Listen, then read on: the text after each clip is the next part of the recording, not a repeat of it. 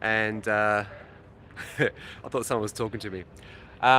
So I've got the IONIQ 5, I've got the battery down to 10%. I'm here at an ultra rapid charger by ChargeFox, and we're going to give it a go to see if it actually achieves that like 100 kilometers of range in 5 minutes, and from 10% to 80% in 18 minutes. Yeah.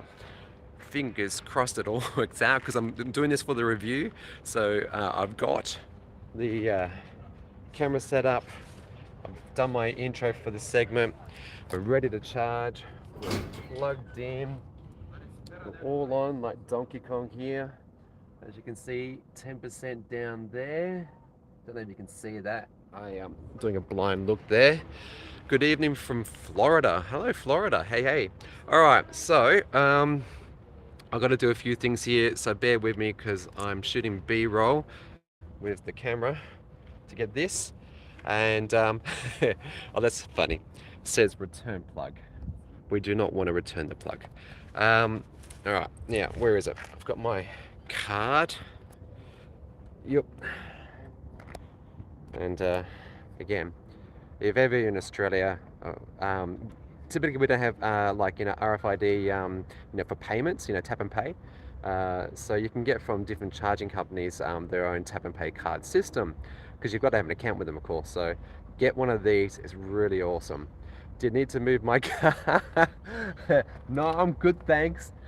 There's an MGZ SUV next to me, and he's obviously sort of in the corner down there. All right, now let's see if I can get this session going without unplugging and replugging it in. Yeah, all right, let's give it a go. I'm going to actually unplug it. Let's do it, and then I'm going to plug it back in. Yep. All good. Well, look at that. That light there is telling us it's 10%. All right, here we go. Let's plug it back in. It's very hard with one hand. Okay, we're back in. All right. It still says return plug. I will return the plug and I'll let you have a bit of a think. All right, hang on. Okay. All right. It's back in. Okay. It's reset. We're back. Okay, here we go. Take two. The joys. All right. Plug connected. I'm going to start recording on the camera. He says. I'm recording. Okay. Please pay. All right, I'm going to tap it. Payment accepted. Just like that. No app to fluff around with. It's honestly the best way to do it. Starting session. Here we go. So we're at 10%. It should ramp up to around about 220, 250 kilowatts. The car's capable of up to 350 kilowatts. It's got that 800 volt architecture like the Porsche Taycan. And that means that, yeah, ultra rapid charging is very possible in this car. Alrighty. And did you hear that? The car actually has got a speaker underneath and it tells you car charging. It's kind of cute. All right, we're going. Here we go.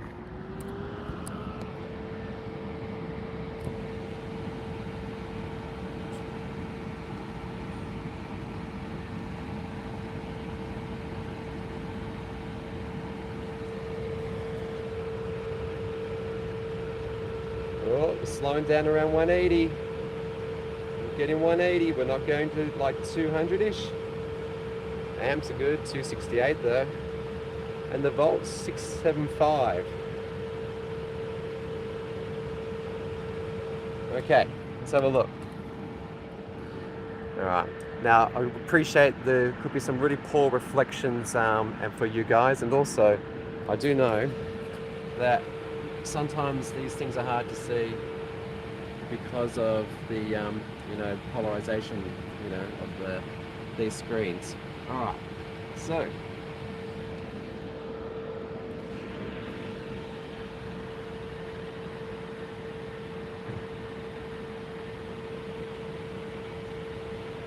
good to note, I started at 44 kilometers and it's already at 54, and that's after 1 minute. So that was 10 kilometers in 1 minute. I don't think we're gonna make it. All right, let's come around here. And Listen to the cargo. Listen to the cargo. The vents are open. The vents are open. It's really venting. It's very much venting. All right. So we're still holding at 184.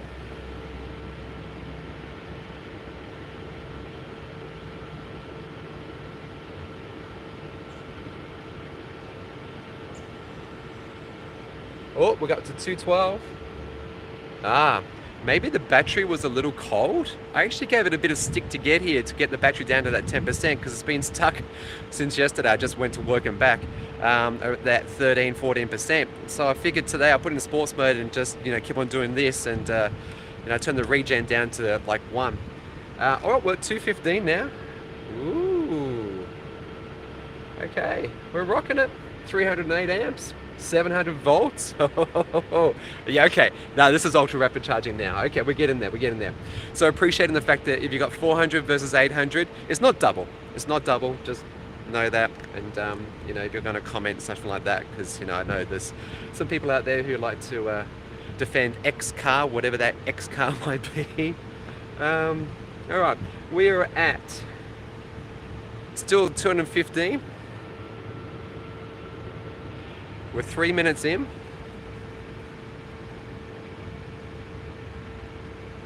All right, still hovering around that 703 volt range. It's really the amps, and the kilowatts we should be caring about. The amount of electricity you're throwing at this car. That's what we care about. Okay. So we're now at 91 kilometers. The number we're trying to go for here is 144. We started at 44, we're going for 144. And that's after 5 minutes. Yeah? It's telling me on the screen, I'll just show you, that it's got 15 minutes to get to 80%.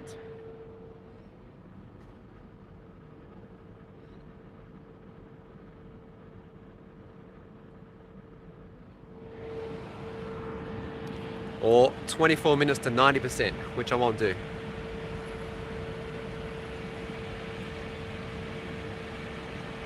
Alright, I'm going to pay attention to my B-roll camera, so if you're watching, thanks for watching. Appreciate you tuning in live. Didn't know this was going to be interesting to people, I've just figured maybe it might be. Bjorn, he does this all the time and it's kind of fun to watch. Hey, Sean, hey, how are you? You got any questions whilst we're doing this? Because this is going to take at least another 14 minutes, so we may as well make the most of this time. If you want a tour, I'll do a tour. But let me get some B-roll, hang on. I think we've reached the peak kilowatts. And I believe from the reviews I've read, it goes between 10 and 50% at its highest, feed-in. See, it keeps fluctuating.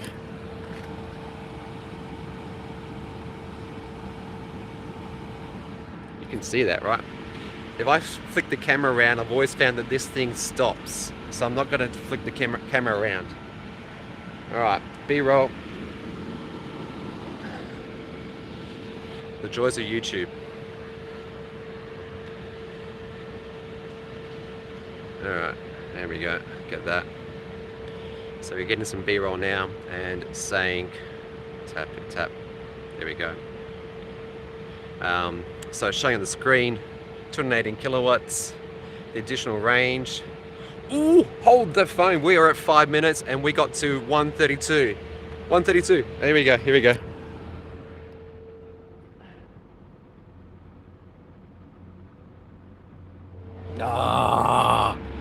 We were 10 kilometers shy of getting the 100 Ks in 5 minutes.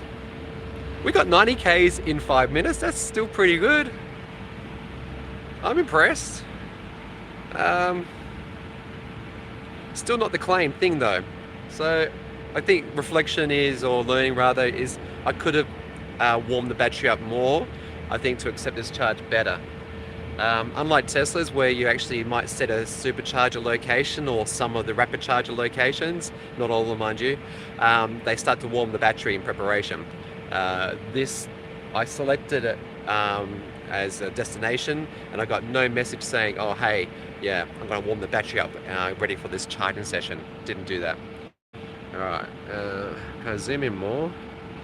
I love this camera, but it doesn't zoom enough for my liking, so there's going to be a lovely little crop in editing.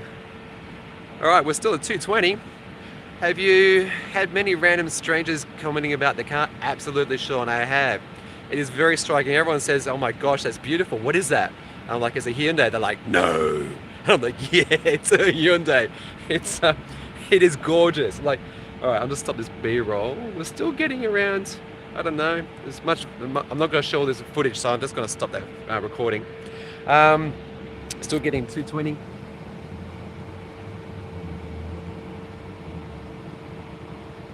$720 volts now. Oh, extreme close-up. Oh, that's disgusting. So sorry.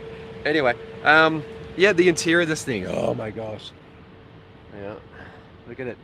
Like the seats are beautiful, absolutely beautiful. They're made of leather, so apologies to the cows, but they've got. Yeah, we'll go around. Hang on.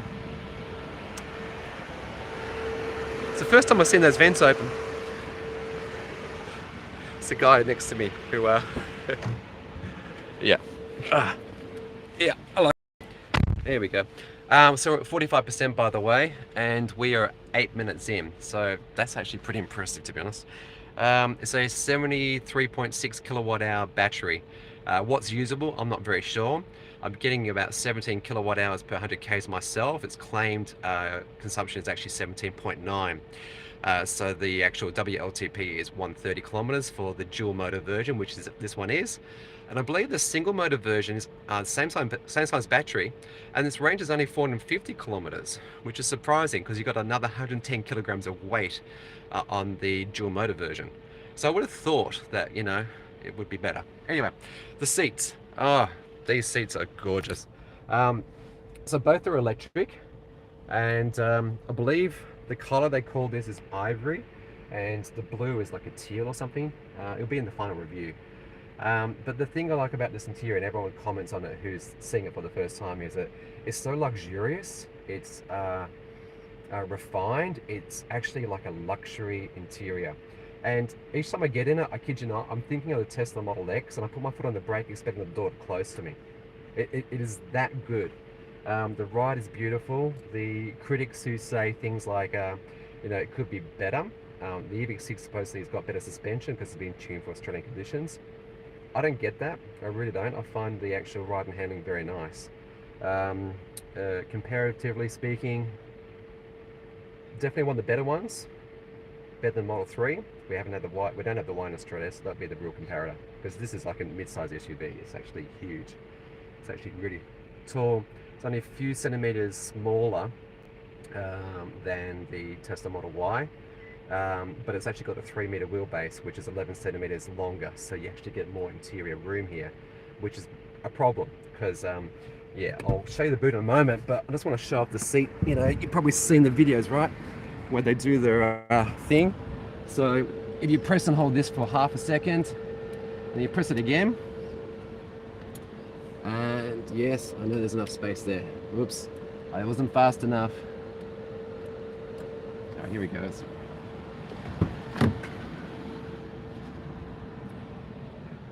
It's like you're going to the dentist. But it's not. And the awesome thing is you've got this leg rest here, and the heated and ventilated seats actually not only do this bit and this bit, but also there's a bit down here as well, so you don't get hot calves. It's very nice indeed. What else? I love how the handles present themselves. People have complained in reviews also about having to grab it in an awkward way. I do not find an issue with it whatsoever. Like, it's easier. You know, so you've got to push in here, then you've got to pull. You don't have that issue with this. It's very nice. So the issue I was trying to get to before is that with that lovely 3-meter wheelbase, you've got heaps of room inside. Lots of leg room, nice head height, everything. Footwell, it's all there. But they've forsaken the boot, and the boot is only 550 litres, which I believe is definitely smaller than the Model Y. So in terms of utility, I like this you know, what do you call it, retractable blind system for the here. and you can move it. So you've got 2 different positions because these seats can recline into 5 different positions. So this is set to that position at the moment, because also the rear seats also have a little party trick. So they've got, you know, heated seats that you can control in the back, mirrors, windows, and this is always fun. Excellent. I love how they integrated that. It's beautiful. But also the rear seats are motorized. And let me just try and show you this. This is gonna be hard for me to show. The rear passengers can control this front seat. So if you want this out the way, you basically go, yep. And I don't want you going down. Thank you. It just asked me if I wanted to put it down. I was like, already is down. Anyway, so this seat will now move back into its own position. Try and keep it still. So yeah, the rear seats have got actually their own motorized control. So you can get a lot of recline on these back seats, and potentially also make more space in the boot. I don't know what the size of the boot is, but the seat's folded down. All right, whilst this is still doing its rapid, we better go back and check. How do you reckon we're doing? I am 16 minutes 30 into this live stream. We're at 65% state of charge, and we're still putting 158 kilowatts. So here we go.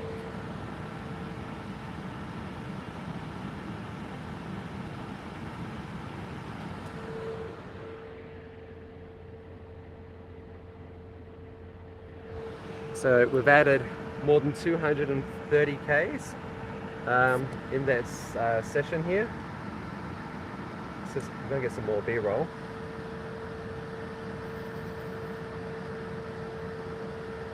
I think I need to change modes. I've got to fuss up my camera for a second because it's not going to shoot very well if I just let it do what it's currently doing.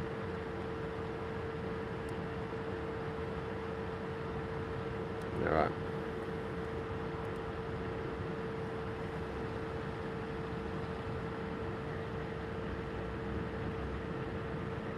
There we go. Exposure's everything, guys. Alright, getting some B-roll now. So yeah, we're still rocking 736 volts, 202 amps, 148 kilowatts, and we're at 70% state of charge now. This is what I find most EVs slow down.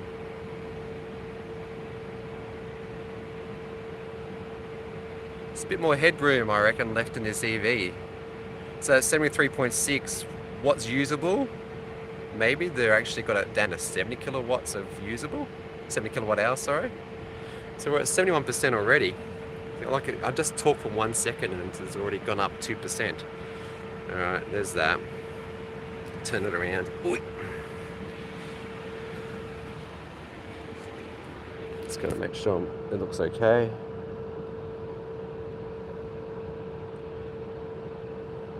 Tighter in. Well, how's the sky? Alright, so I'll look at your questions in a second. Okay, well, where'd they go? Someone asked me another question because it disappears. And again, I've been burnt by this actually misbehaving. Alright, sorry, I missed your question. Just got to focus on filming for a second. Let's go down. There we go. All right. Okay. Did you have some questions? Because I'm paying attention now, I promise. Ow.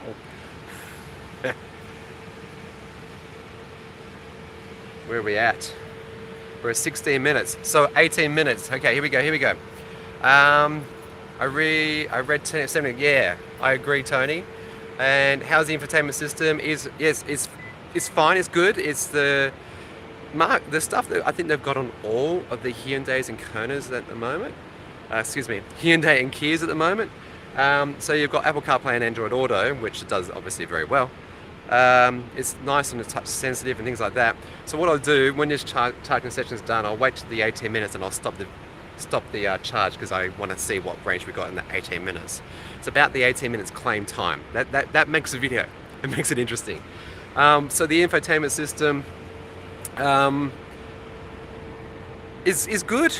it's responsive, it's fast. The built-in navigation works well. It's got point of interest, so on the battery management screen you can actually go, it will suggest nearby charges to you, and you can just route to it by tapping on literally just one button to one button, so 2 buttons. Oh my gosh, I reckon we're gonna get there. Over their updates, I'm unsure, Sean. I doubt it. Sorry, pessimist in me. There's no app in Australia right now for this car. And will it ever come to an eventuate? I'm not very sure. Alright, I'm gonna focus because we're getting towards 80% state of charge, and it's 17 minutes. It's like neck and neck. This is ridiculous. Alright, here we go, show you.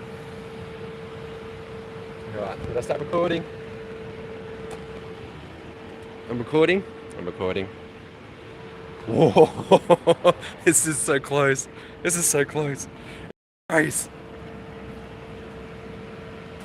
It says 1 minute. Oh, there it goes. It just missed it. It says 1 minute to go to get to 80%. There it goes. And okay, I'll give it a free kick. We're still at 18 minutes. And we got there. So from 10% to 80% in 18 minutes. It's true. The marketing stuff is true. Good job, Hyundai. Seriously. Oh, mate. I'll keep going. Will I? No, I won't. I've got to stop. All right. Let's stop. All right. And let's see these vents at the front close, shall we? There they go. Ooh, classy. I like that. So those things are supposedly actually closed when I've got to focus on filming for a second. They're closed when you're driving. And let me just zoom in on that. Hey guys, 334 kilometers. I came here with 44 kilometers, so that was 300 kilometers of range in 18 minutes. Hey? Oh, that's mighty impressive. It's got to change my thing. I'll get a review out probably by the end of next week, so watch out for that. Oops-a-daisy. Alrighty, we got some questions. Pretty impressive charging speed, agreed.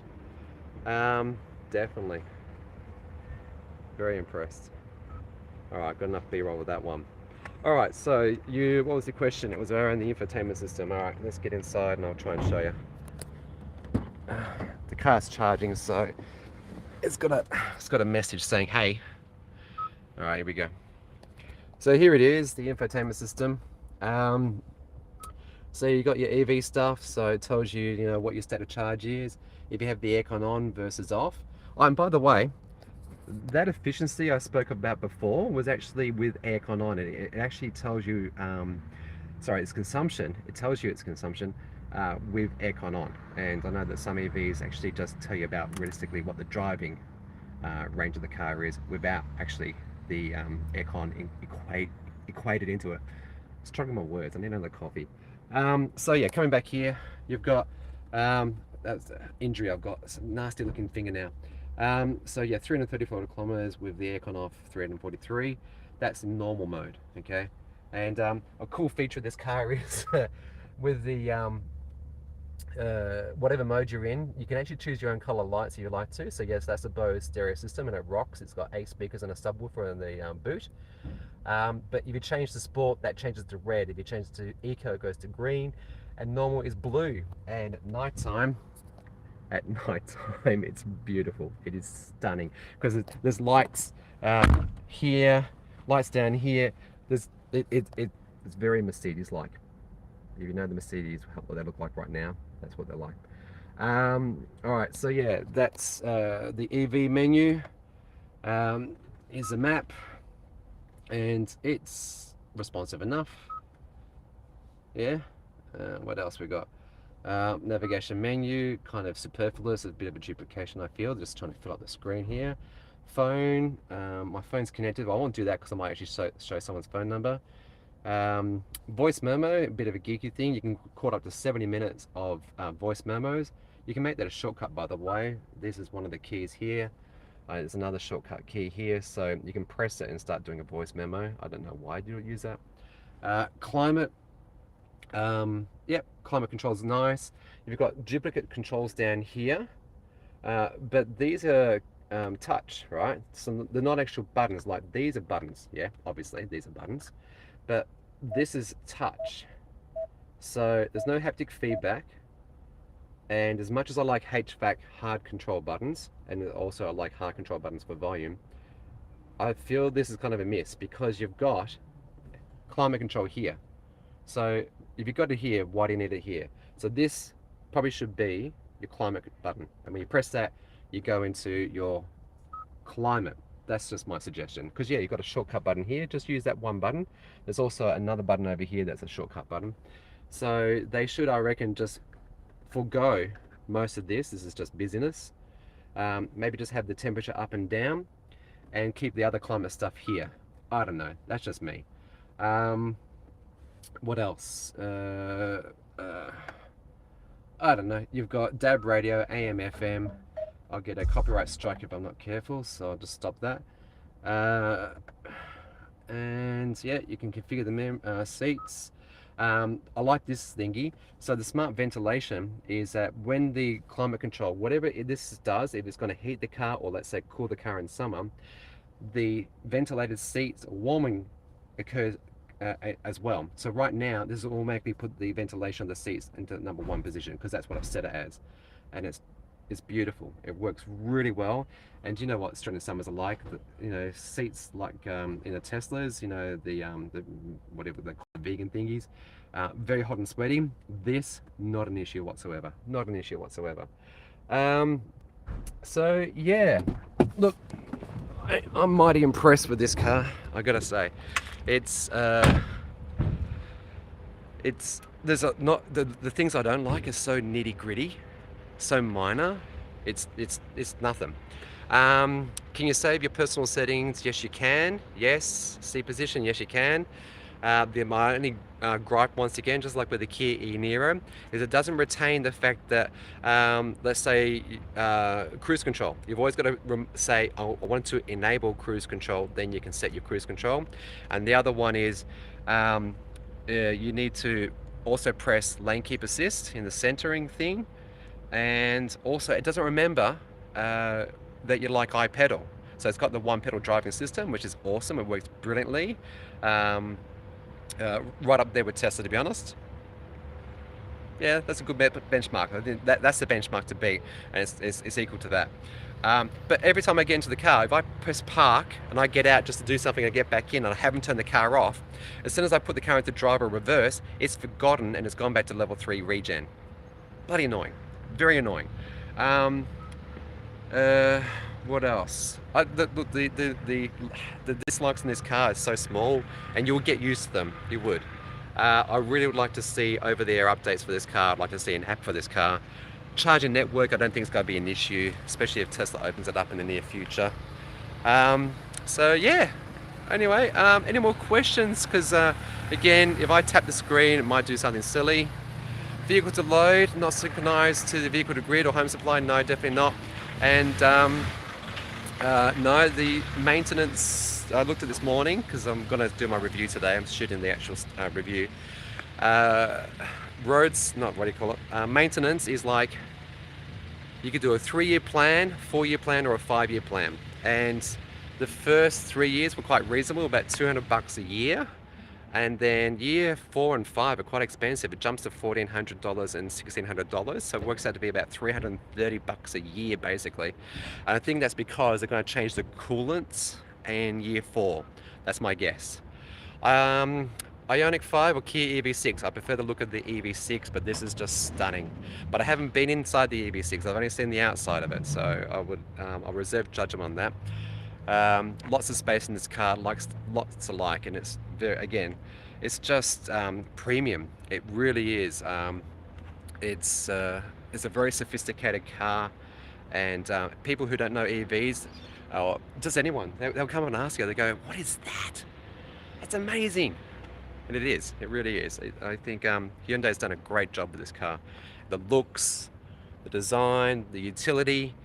The boot space is a bit of a miss though. If you get an SUV, I think you want to be going to IKEA or Bunnings and picking up stuff, right? Transporting things.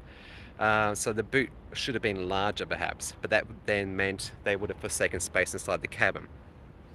That's definitely true. All right, any other questions? Because I'm gonna call it because I need to get recording and moving. No? Alrighty, well, thanks for watching. You better always subscribe. I'll get the review up again, probably end of next week. And thanks, Sean. Appreciate it. Tony, everyone. And yeah, up next, I've got what's coming? Oh my gosh, I've got the Polestar 2 coming to me. Got the BYD Yon, or what it's called, the Atto 3. Stupid name. Forget its name. And a Tesla Model 3. So lots of car reviews. Got a busy month. Busy month. Anyway, those are our problems. All right, again, thanks for watching. Stay good, and I'll see you next time.